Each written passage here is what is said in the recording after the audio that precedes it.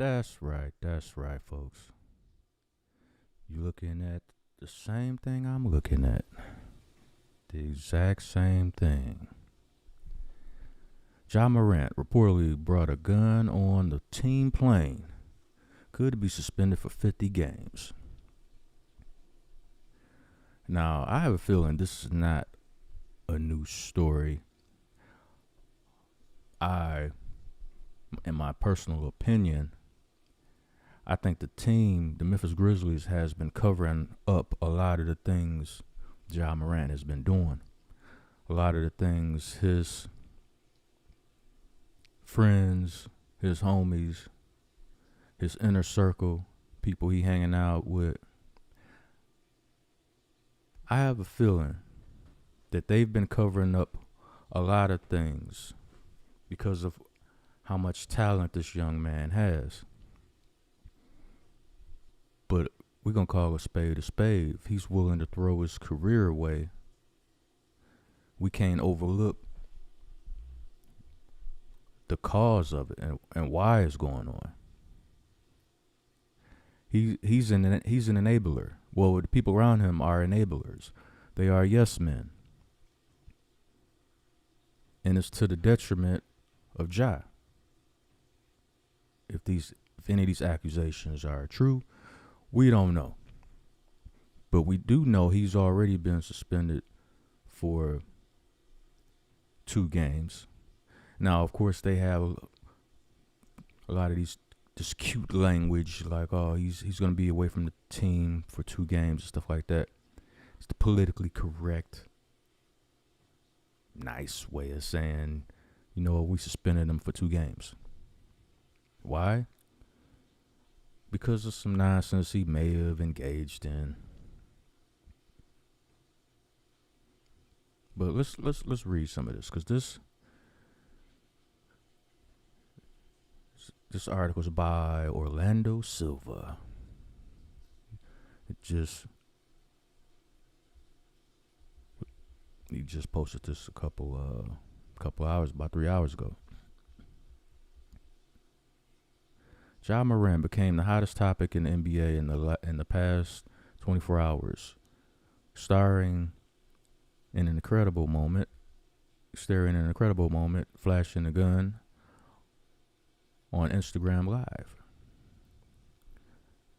The player was already suspended by the Memphis Grizzlies for at least the next 2 games, but this isn't the end for Ja. According to current CBA rules, Ja could see a major suspension, which could include more than 50 games.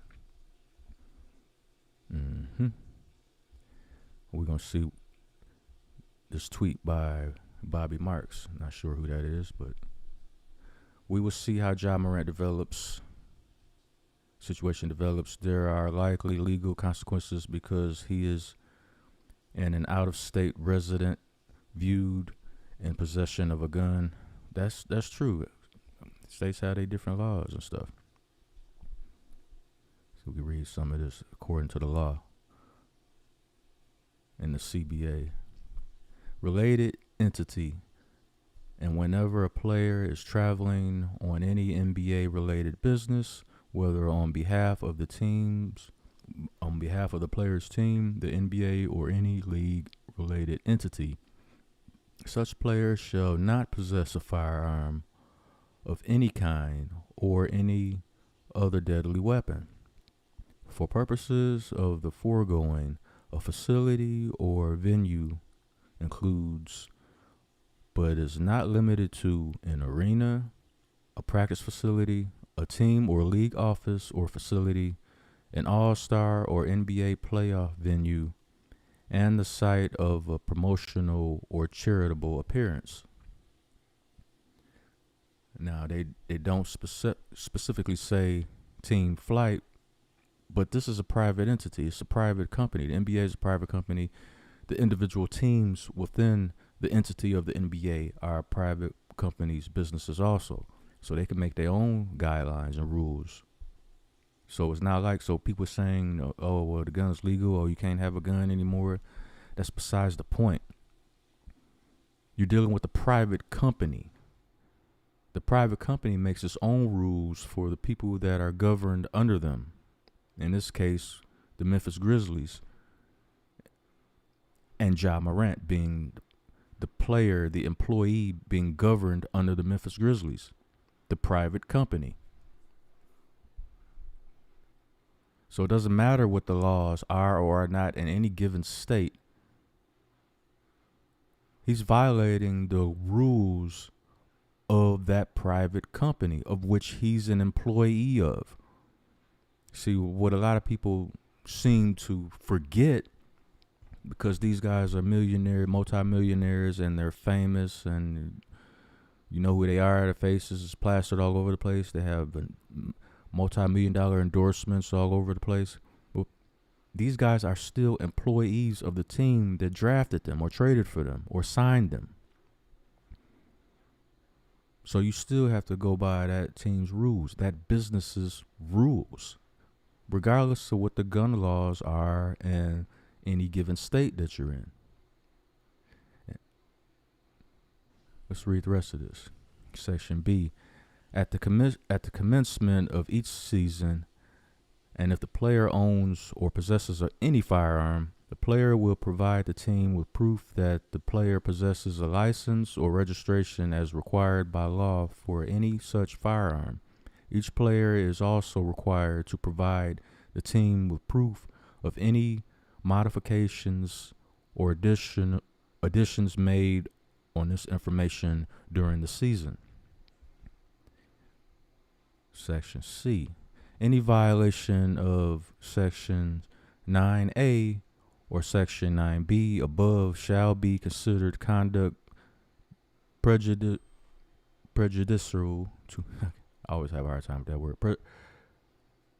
Prejudicial to the NBA under Article 35D of the NBA Constitution and bylaws, and shall therefore subject the player to discipline by the NBA in accordance with such article.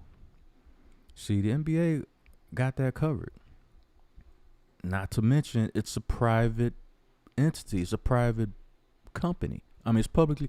I don't even think correct me if I'm wrong. Is the NBA publicly traded?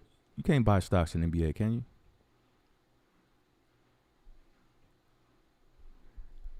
Kind of a side note, because it's really the Memphis Grizzlies that's the private company that he violating their rules. But I had to throw that NBA joint out there out of curiosity. I know, I'm all over the place. Let's get back to it. ESPN's Bobby Marks shared a little excerpt of what could be Ja's punishment if the league finds out that he brought this gun to any team's facility or an NBA-owned building, which is against the rules of the league. One Redditor pointed out that Morant was in Denver when he showed the gun on social media, meaning he had to carry the gun on the Memphis Grizzlies plane. This is a clear violation of the rules and could grant him at least 50-game suspension. That's the rest of the season and the playoffs, from what I understand. Because it's less than 50 games left in the season. So that's basically the rest of the season. And even if the Memphis Grizzlies went all the way to the NBA Finals, Game 7 of the NBA Finals, that's still not enough. So basically, he'll be gone for the rest of the season for being an idiot, allegedly, if any of these accusations are true. Because we don't know. It's, right now it's pie in the sky. We don't know. Morant is suspended by his team, but many fans expect that the league gives him a bigger suspension following his questionable behavior. Many fans reacted to his antics on social media. Nike supported his decision of taking care of himself, and others blasted the Grizzlies for the situation. The Grizzlies need to be blasted for enabling this to happen. Because for one thing, if it did indeed happen, How you let this man on the team? You know what the rules and regulations are. So basically, you turn your head and you pretend that you didn't see anything because he's the superstar on the team. We're gonna just turn our head and we just gonna, we're gonna act like this never happened. Like, you got that? Oh, okay. I didn't see that. I'm gonna look over here because there's a dog frying bacon in the kitchen on the plane. I didn't see nothing. Just go have a seat. It's basically the thought process that must have went into the Grizzlies just being like, you know what? Go ahead, no problem. So they're enabling him to violate the bylaws of the NBA as a whole, because obviously, if this is true, the team threw out their own bylaws and rules and regulations just because he's a special player, he's a star player. Okay, and this seems to be a common theme with him. Everybody's enabling him instead of calling him out on the dumb stuff he's doing. How is that going to help him in the long run? Oh, I get it. Y'all don't care about helping him in the long run.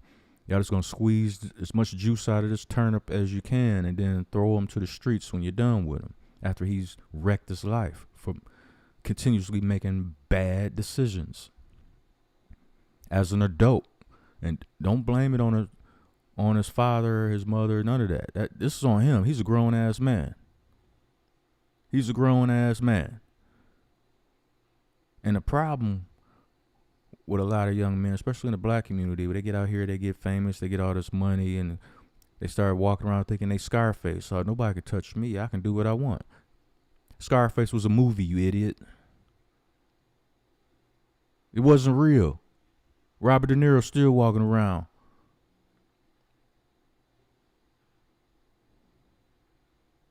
Not Robert De Niro. Al Pacino. Al Pacino still walking around kicking it. Making movies with Robert De Niro. But I thought he died of Scarface. Come on, man. Scarface was a movie. Learn the difference between entertainment and real life. Rap songs in real life. Video games in real life.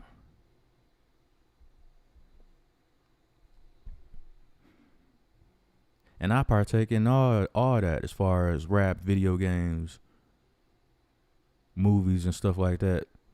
But I know how to separate entertainment from reality. I grew up watching professional wrestling. One of my favorite wrestlers of all time is the Macho Man Randy Savage. When he used to hit people, we used to hit Hulk Hogan or anybody else in the head with a steel chair. Not once did it make me want to grab a steel chair or walk down the street and hitting people in the head with it. Because I had enough common sense, even as a child, to know this is entertainment. This is why it's on the TV. This is entertainment. When I walk outside, that's real life. There's a difference. It seems like a lot of these dudes don't know how to separate the difference. Yeah, you can listen to a violent rap song, bob your head. The beat is nice. Dude rapping got a nice flow. He good at storytelling and you into it. Like, yeah.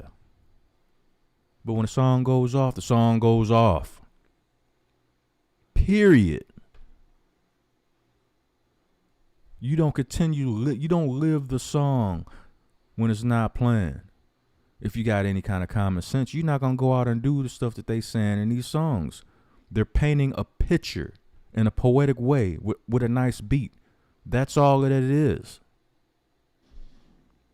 But some of these dudes don't know how to tell the difference. They want to live in the song as real life.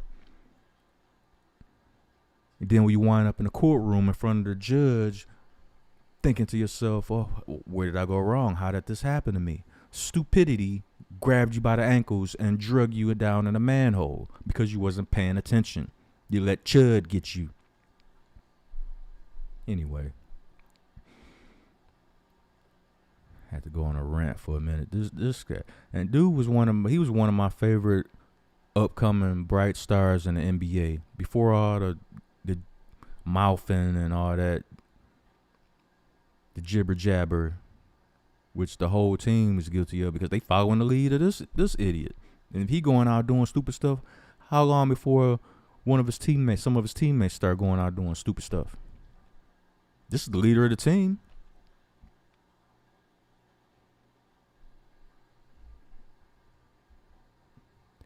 I take full responsibility for my actions last night. Yeah, that's the least you should do. What about all your other actions? I'm sorry to my family, teammates, coaches, fans, partners, the city of Memphis, and the entire Grizzlies organization for letting you down. Now they got these as well, let me finish reading it first.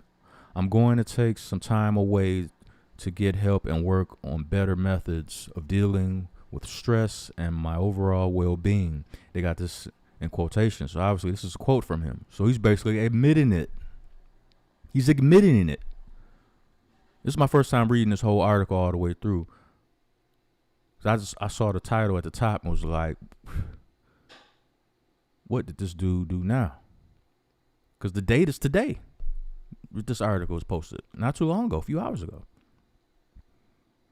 So he's basically admitting to bringing a gun on a team flight. Now the next question is, who and when did the top brass of the Grizzlies organization, when did they know about it? Did team officials know about it before getting on the plane? It's a team flight. Is it a private jet? Do they not have to go through metal detectors and get searched and all that? How does that work? Does anybody know? Jump in the comment section and let me know. I don't know. I mean, how does that even work? Am I missing something? Because it's starting to look like the Grizzlies was just like, do what you want. We don't care. We won't say anything. Just keep producing on the court. We good. But see, if they enabled this to happen and it's found out that they knew about a lot of these actions and did nothing and said nothing and looked the other way, they could be facing some stiff penalties by the NBA. Stripped of draft picks, fines. They could be in a lot of trouble as an organization. Not as much as Ja, though. If he, I mean, he's, all accounts and purposes, it seems like he's admitting to it. According to this article, Ja's under fire right now, and he knows he must do better. Plenty of people have tried to help him, but the decision of being and doing better is in his hands. His hands. Exactly. It's in your hands, bruh. Nobody can come save you. There is no savior that's coming for you. There is no savior that's coming for you, man. You have to save yourself. You at this moment in time, as far as making good decisions and bad decisions, you have to be your own Messiah. You have to be your own savior of yourself, your career, and your life, really. Because sooner or later, you're going to come across somebody that's really about that life. Don't care about your homies that you got with you. They have goons too. So now what? Your homies ain't scared of nothing. You ain't scared of nothing. They not scared of nothing. And they just as goonish as your boys. And you portray yourself to be. So now what? Unmovable object sometimes gets moved. You thinking nobody can put you in your place until that unstoppable force comes, smacks right into the unmovable object. Now you have shrapnel everywhere. And your career's done. And it could have been avoided if you made the choice to do so. But so far it's looking like you're not making that choice.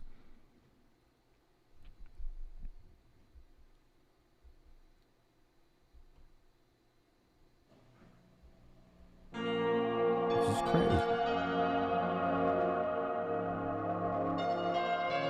Ja's under fire right now, and he knows he must do better. Plenty of people have tried to help him, but the decision of being and doing better is in his hands. The Grizzlies currently rank second in the Western Conference, 38-24, but if they aspire to compete for a championship, they'll need their superstar on the court. We sincerely appreciate and respect you as a okay, that's the stages. For sure. Yes. I mean, ultimately, Ja, it's up to you, bro. I mean, nobody can make you. I'm gonna leave a link to this article down in the description box. You guys can check it out for yourself. But yo, Ja's career is in his hands. He's at the crossroads right now. He's at a turning point in his life and his career. What direction are you gonna go? What direction are you gonna choose to go in? I mean, nobody can make you do anything. Nobody can force you to make the right decisions. And at the end of the day, when you at home or wherever, you're alone with your thoughts, you have to ask yourself, do you really want what's best for yourself and your family? Because right now you're going down a real self-destructive path in the name of keeping it real. But like Dave Chappelle famously said in one of his skits, what happens when keeping it real goes wrong? That being said, take it how you want to take it. Fuck it.